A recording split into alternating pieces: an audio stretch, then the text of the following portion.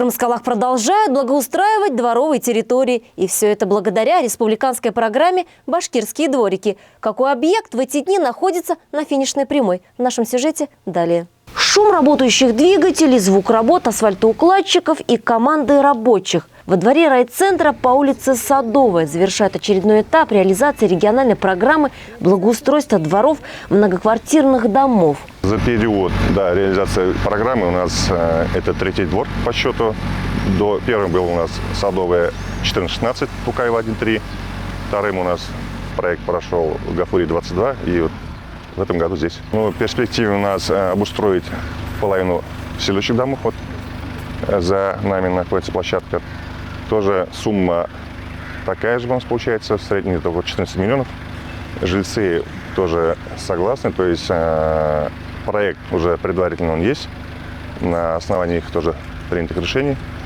И дай бог, я думаю, на следующий год мы реализуем это. Еще совсем недавно этот двор выглядел иначе. В этой части были расположены хозпостройки. Благоустройства как такового не было. Буквально через месяц здесь уже появится зона отдыха, детская и спортивная площадки. Работы идут с большим опережением. Это завершающий этап строительства площадки «Башкирский дворик».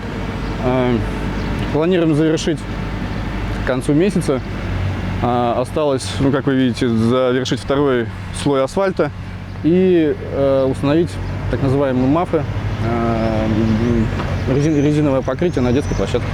Во дворе заменили асфальтное полотно, бордюры, расширили проезды, обновили тротуары. Также здесь установят новые скамейки и урны. Детские и спортивные площадки обустроят с учетом всех современных требований. Весь проект преобразования двора несколько раз согласовывали с жильцами, прежде чем утвердили окончательный вариант.